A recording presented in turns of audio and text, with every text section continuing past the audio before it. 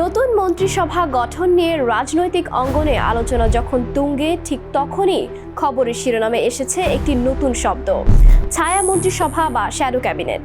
শব্দটির সাথে অনেকেই পরিচিত নন। 14 ফেব্রুয়ারি সামাজিক যোগাযোগ মাধ্যমে জামায়াতের এমপি প্রার্থী শিশির মনির লিখেছেন, আমরা ছায়া মন্ত্রী পরিষদ গঠন করব ইনশাল্লাহ। সরকারি দল মন্ত্রিসভা গঠন করুক এবং বিরোধী দল ছায়া মন্ত্রিসভা গঠন করুক। সংসদের ভিতরে বাইরে তুমুল বিতর্ক হোক। এরপর এনসিপির মুখপাত্র আসিফ মাহমুদ সজীব ভুঁইয়া যোগ করেছেন, ছায়া মন্ত্রিসভা স্বচ্ছতা ও জবাবদিহি নিশ্চিত করবে এবং সরকারের নীতি প্রক্রিয়ার ওপর ওয়াচডগের মতো কাজ করবে।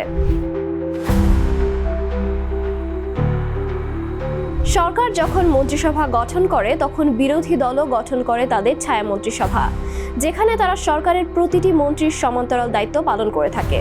সহজভাবে বলতে গেলে এটি বিরোধী দলের প্রস্তুতিমূলক দল, যারা সরকারকে দেখাশোনা করবে, নীতি নির্ধারণ নিয়ে প্রশ্ন তুলবে এবং ক্ষমতায় এলে সংশ্লিষ্ট দপ্তরের কাজ নেওয়ার জন্য প্রস্তুত থাকবে। বিশ্বের অনেক দেশেই এটি প্রচলিত। যুক্তরাষ্ট্র, অস্ট্রেলিয়া, কানাডা, নিউজিল্যান্ড, দক্ষিণ আফ্রিকা এসব দেশে বিরোধী দলগুলো নীতি প্রণয়নের বিকল্প উপস্থাপন এবং সরকারের কার্যক্রম পর্যবেক্ষণের জন্য ছায়া মন্ত্রিসভা গঠন করে। তবে যুক্তরাষ্ট্রের মতো রাষ্ট্রপতি শাসিত দেশে এটি নেই। বিশ্লেষকরা মনে করেন বাংলাদেশের মতো ওয়েস্টমিনিস্টার পদ্ধতির দেশে এটি সাংসদীয় গণতন্ত্রকে আরও শক্তিশালী করতে পারে।